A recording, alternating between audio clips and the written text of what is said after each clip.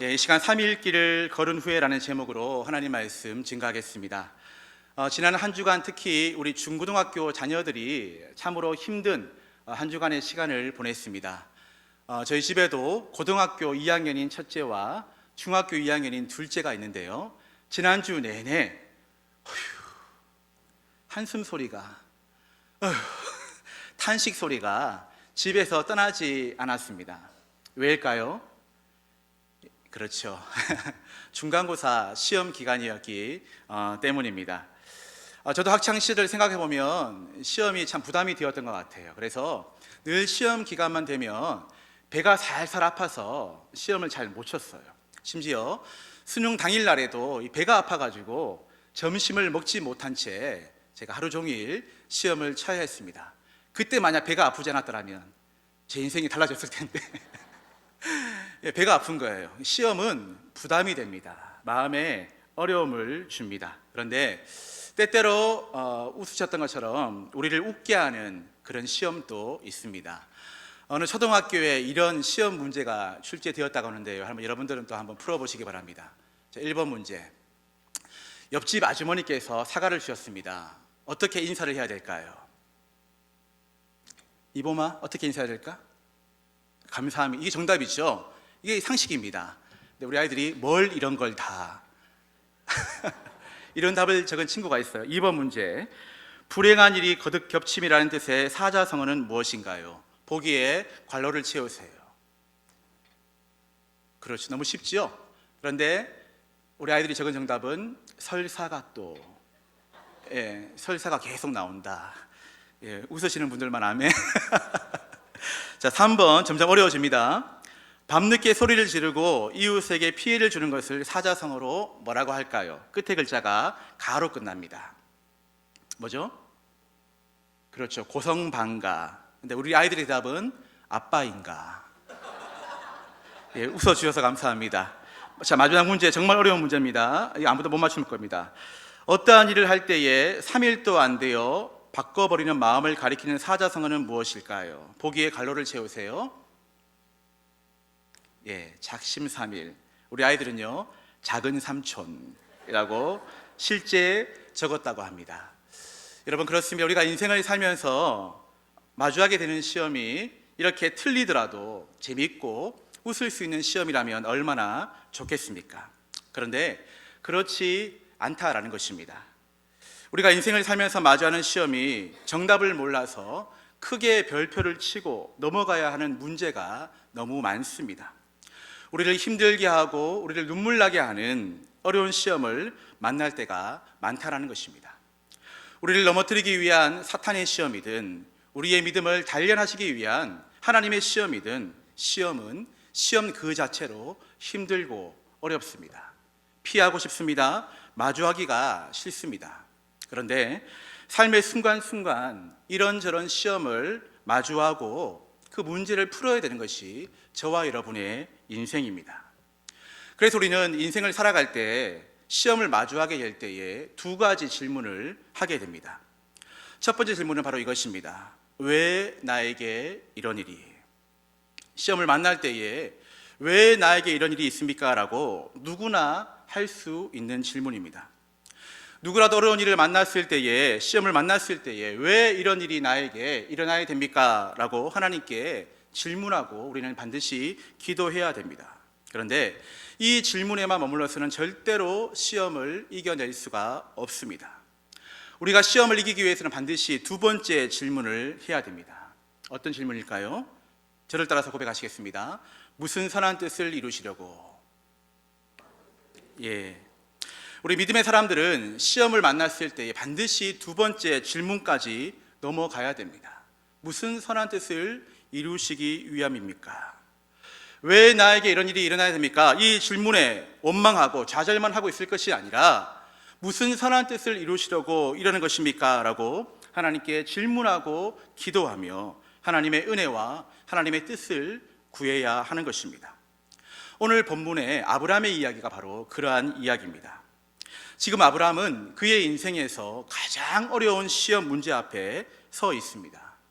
아브라함은 이것 말고도 그의 인생에서 여러 가지 많은 시험들을 만났습니다. 이런저런 시험을 통과해서 지금 여기까지 왔습니다. 그가 처음 마주한 시험이 어떤 시험이었습니까? 창세기 12장에서 너는 너의 고향과 친척과 아버지의 집을 떠나 내가 내게 보여줄 땅으로 가라 라는 시험이었습니다.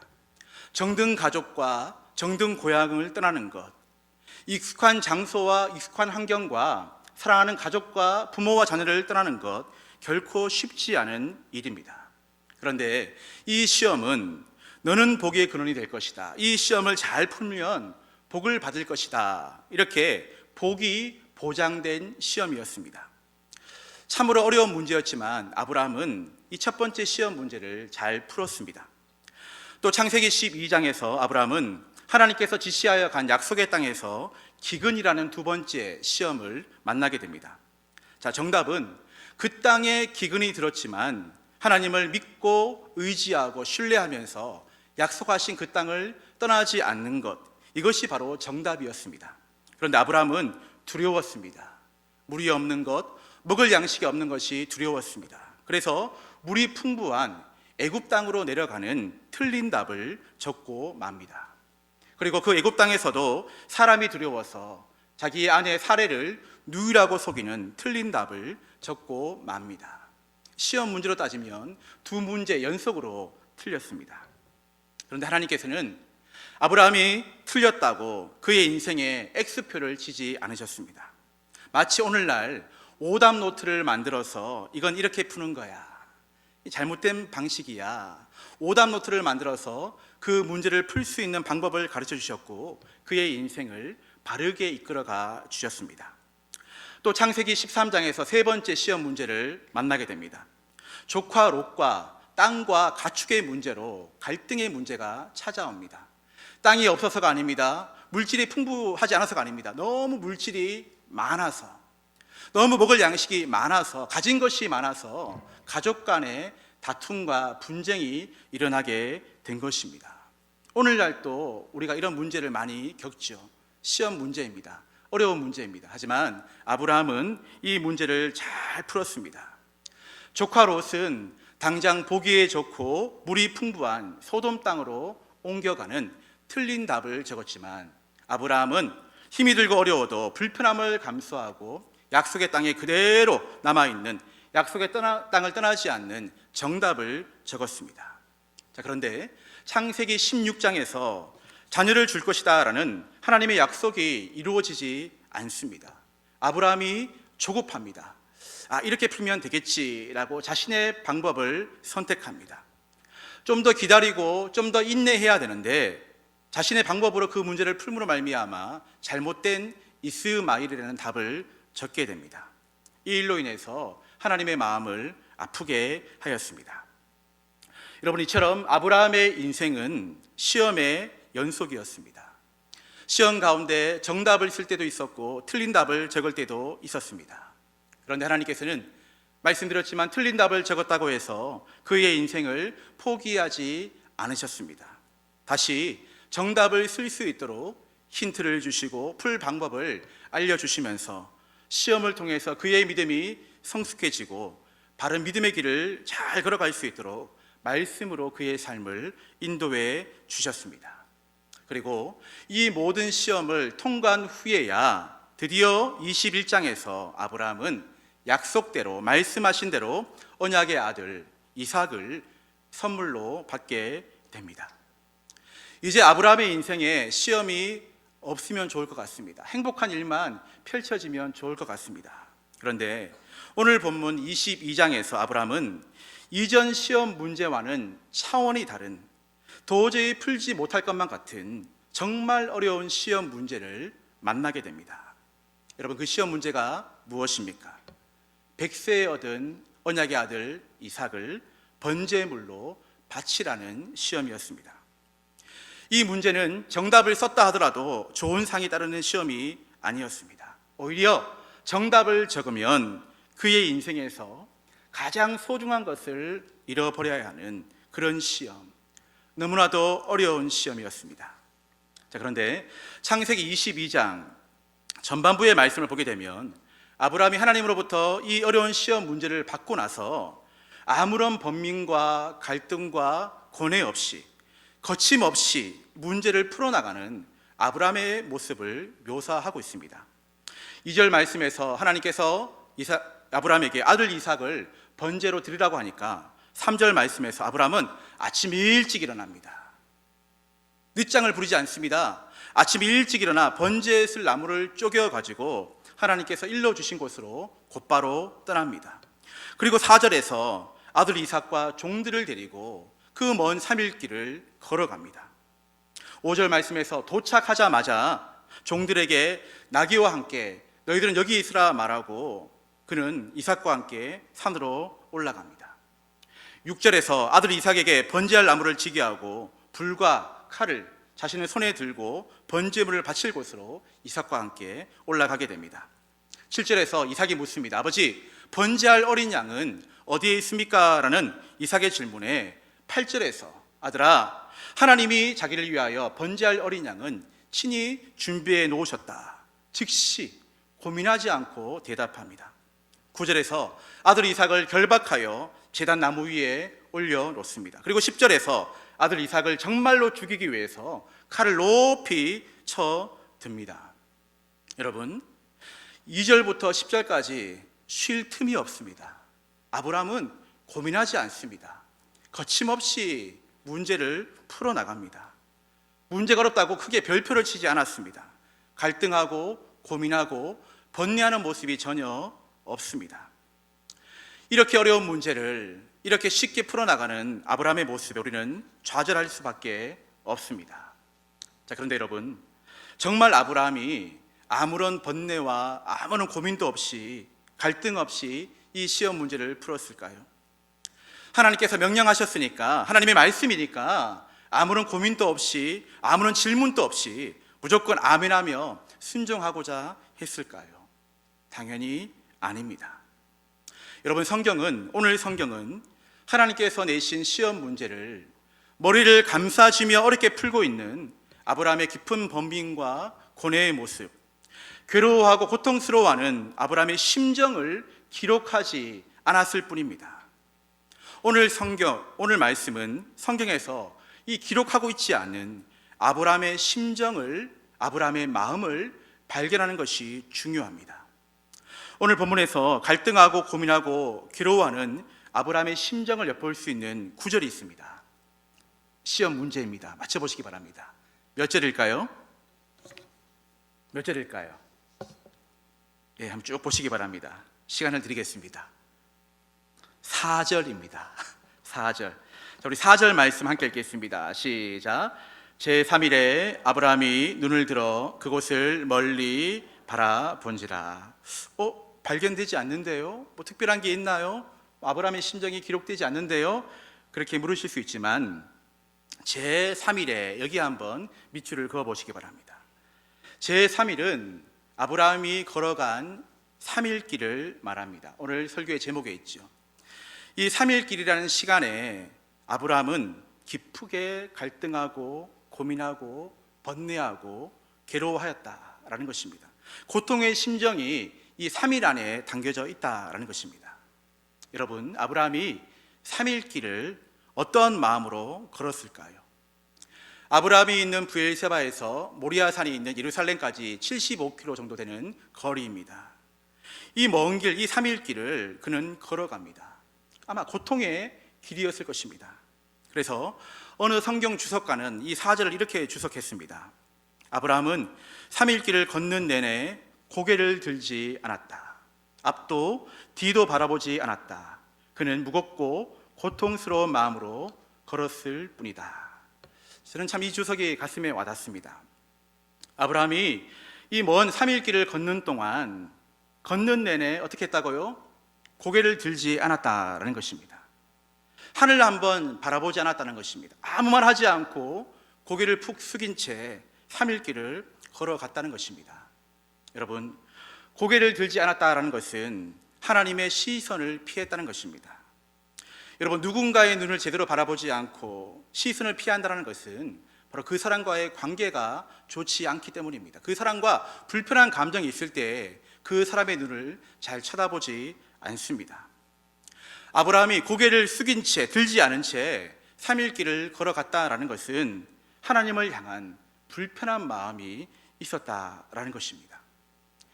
이해할 수 없는 하나님의 명령을 가슴에 끌어안고 자신의 하나뿐인 아들 이삭을 죽이기 위해서 걸어가야 했던 3일길은 고통의 길이었습니다.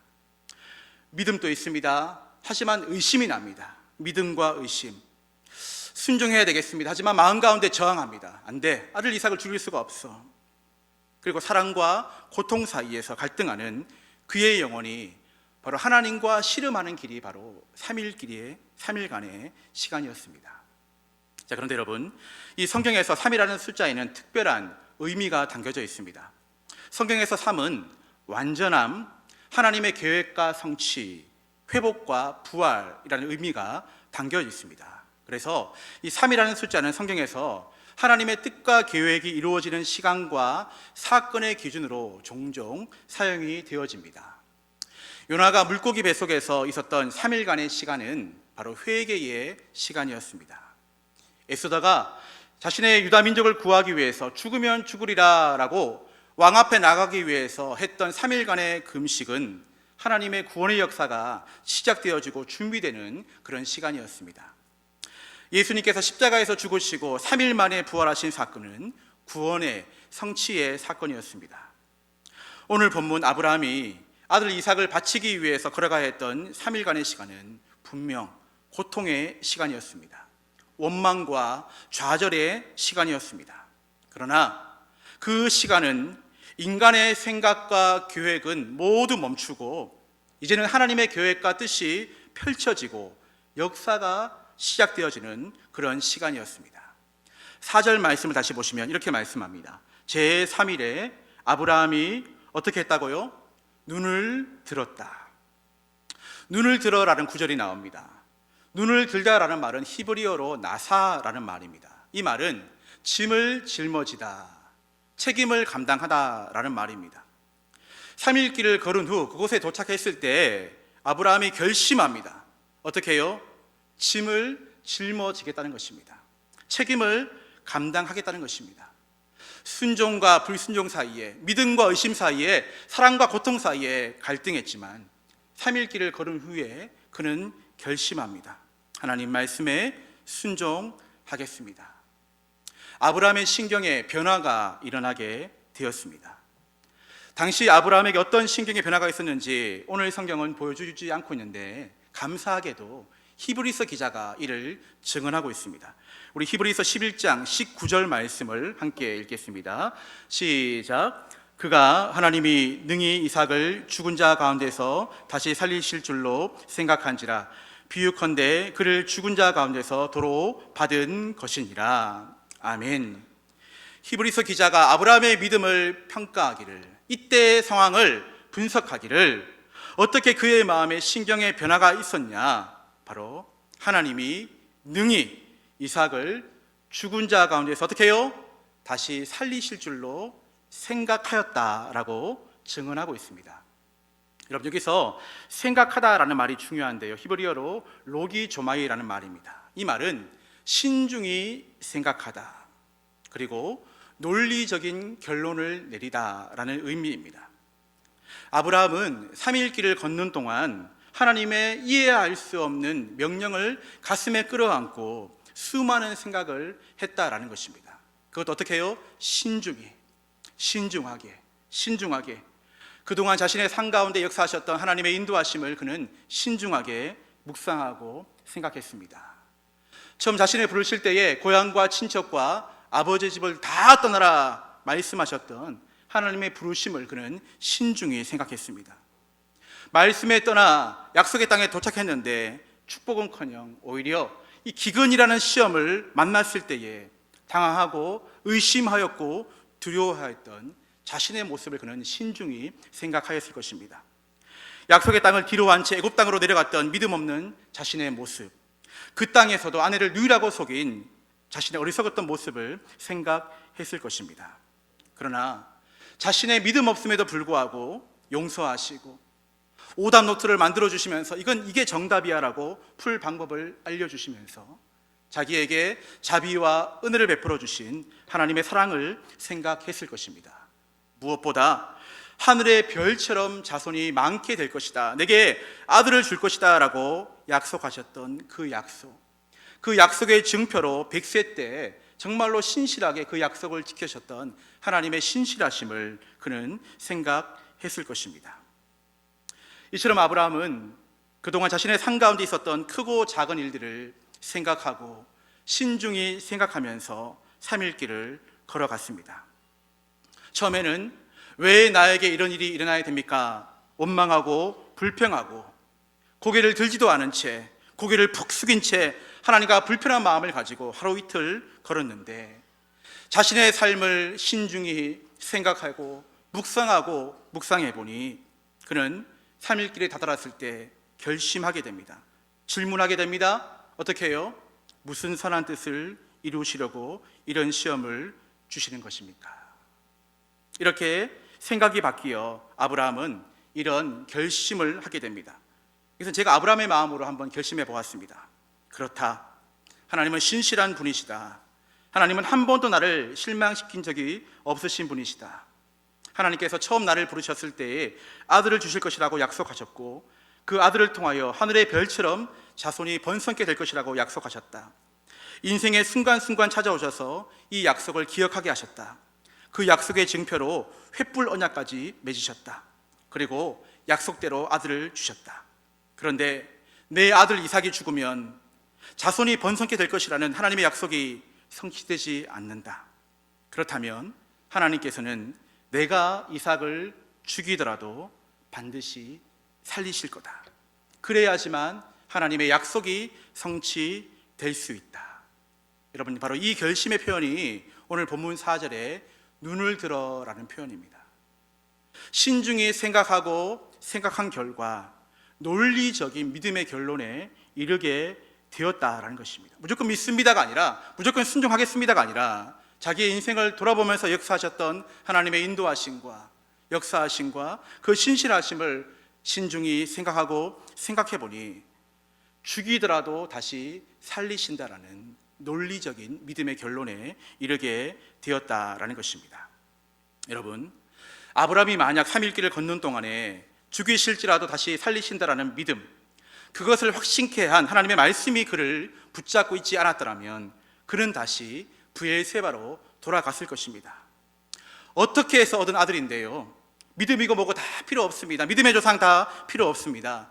자손 번성케 되는 것, 하나님 나라 이루어지는 것 다 필요 없습니다. 그냥 이사가고 행복하게 살다가 그냥 죽겠습니다. 이런 생각이 아브라함의 마음과 생각을 꽉 붙잡고 있었더라면 하나님의 구속 역사는 아브라함을 통해서 이루어지지 않았을 것입니다. 3일 길을 걷는 동안 처음에는 고민하고 번뇌하였지만 하루 이틀 걸을수록 아브라함의 생각을 지배했던 것은 내가 너에게 자손을 줄 것이다. 그 자손을 통하여서 하늘의 별처럼 내 자손이 많게 될 것이다. 이 하나님의 약속의 말씀이었습니다. 다시 돌아가지 않도록 아브라함의 발을 꽉 붙잡고 있었던 것은 죽이시더라도 다시 살리신다는 하나님의 약속의 말씀이었습니다. 3일 길을 걸어 모리아산에 도착하였을 때에 이 믿음의 확신에 이르렀기에 아브라함은 비로소 고개를 들게 됩니다. 고개를 숙인 채 불편한 마음을 가지고 3일 길을 걸었는데 묵상하고 신중히 생각하고 하다 보니 이런 결심을 내리게 되었고, 비로소 아브라함이 고개를 들게 되고 아들 이삭을 바칠 그곳을 눈을 들어서 바라보게 됩니다. 그런데 아브라함이 바라본 것은 산을 본 것이 아니라 펼쳐질 하나님의 뜻과 하나님의 계획을 본 것입니다. 그때부터 정말 아브라함은 거침없이 문제를 풀어나갑니다. 불과 나무는 여기 있는데 아버지, 번제할 어린 양은 어디에 있습니까? 아들 이삭의 질문에 내 아들아, 번제할 어린 양은 하나님이 자기를 위하여 친히 다 준비해 놓으셨어 라고 말합니다. 그런데 아브라함이 그렇게 말하는 그 순간까지도 바쳐질 제물은 아들 이삭이었습니다. 이 말이 끝나기가 무섭게 아들을 결박하여 제단 나무 위에 올려놓습니다. 이삭을 죽이기 위해서 칼을 높이 쳐듭니다. 그때까지도 바쳐질 제물은 아들 이삭이었습니다. 정말 이삭을 죽이기 위해서 아브라함이 이삭의 가슴에 칼을 내리 꽂으려고 합니다. 그때까지도 바쳐질 제물은 아들 이삭이었습니다. 아브라함이 칼을 높이 들고 이삭의 가슴에 칼을 내리꽂습니다. 그때 급하게 하나님의 목소리가 들려옵니다. 아브라함아, 아브라함아, 아브라함아, 멈춰라, 멈춰라, 멈춰라, 멈춰라. 급하게 아브라함을 말리십니다. 그 아이에게 내 손을 대지 말라. 내가 이제야 알겠다. 내가 이제야 알겠다. 내가 내 아들, 내 독자까지도 정말로 사랑하는지, 얼마나 나를 경외하는 줄을 내가 이제야 알겠다. 아브라함아, 됐다. 이제 그만하면 됐다. 멈춰라, 멈춰라. 하나님께서 급하게 아브라함을 말리셨습니다. 여러분, 아브라함이 하나님의 명령에 따라 그의 사랑하는 아들 이삭을 실제 죽이려 했던 이 행동은 이 세상의 모든 것, 자신의 생명, 자신의 가족, 자신의 자녀조차도 내 것이 아니라 하나님의 것입니다. 철저한 하나님 중심의 신앙 고백의 표현이었습니다. 아들 이삭도 내 것이 아닙니다. 하나님 것입니다. 내 물질도 내 것이 아닙니다.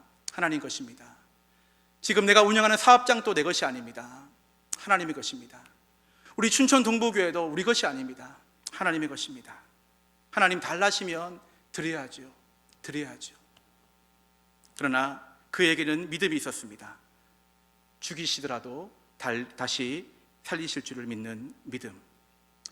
사랑하는 성도 여러분, 아브라함의 이 믿음이, 아브라함의 이 결단이 바로 부활신앙의 예표가 된 것입니다. 죽더라도 다시 살리시는 믿음.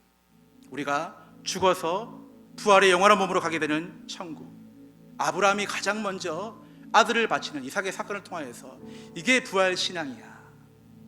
이 신앙을 자녀들에게 물려줘야 돼. 이 부활신앙을 오고 오는 모든 교회들이 잃어버리지 말고 주님 오시는 그날까지 이 부활신앙을 증거해야 돼. 바로 아브라함을 통해서, 이삭의 사건을 통해서 오늘 저와 여러분에게 보여주셨다라는 것입니다. 고등학생 때 저의 신앙을 지도해 주셨던 고등부 담당 목사님이 계셨습니다.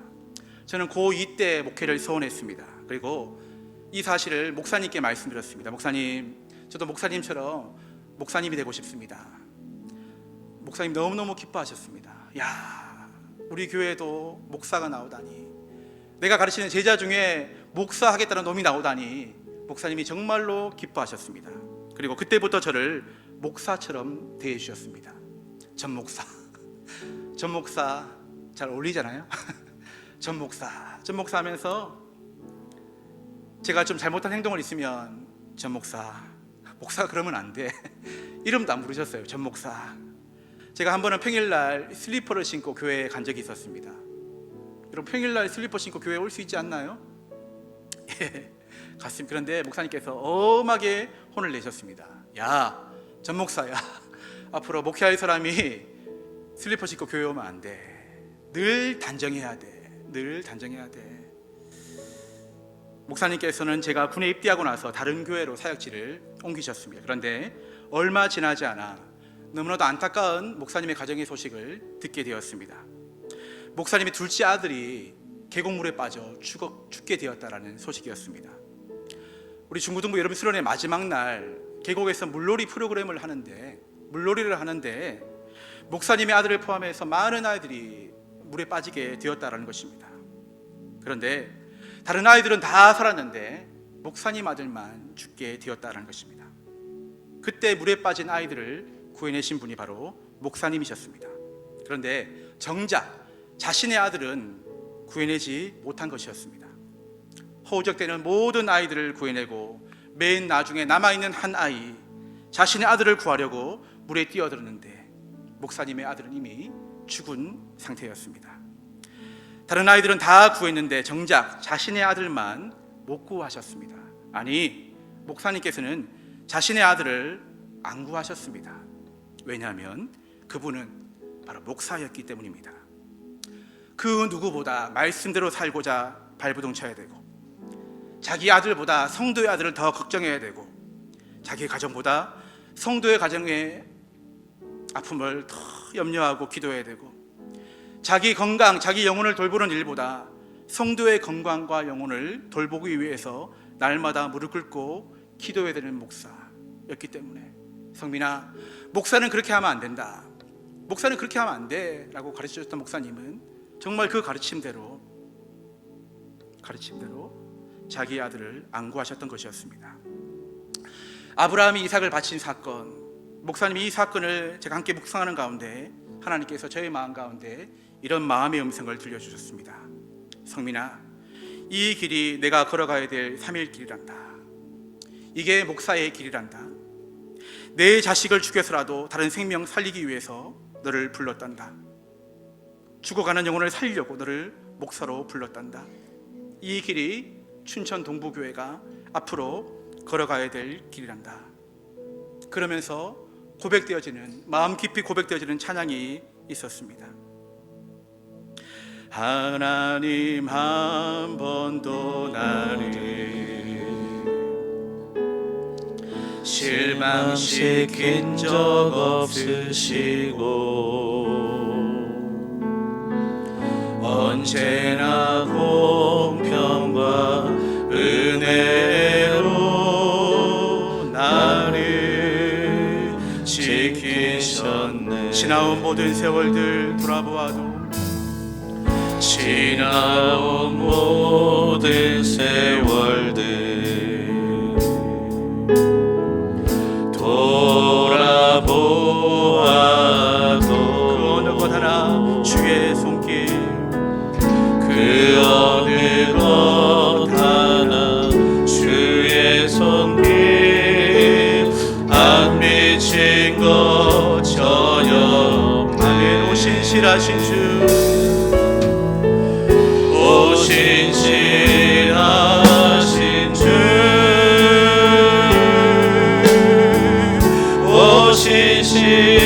오신실하신 주, 내 너를 떠나시도 않으리라.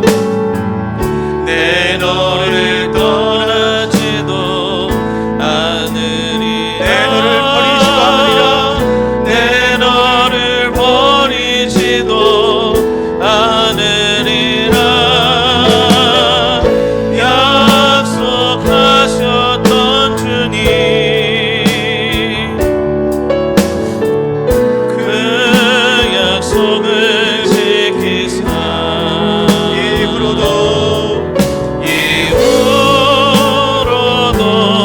영원토록 나를 지키시리라 확신하네. 사랑하는 성도 여러분, 오늘은 우리 교회 창립 86주년 기념주일입니다. 우리 교회 지난 86년은 결코 순탄한 길만이 아니었을 것입니다.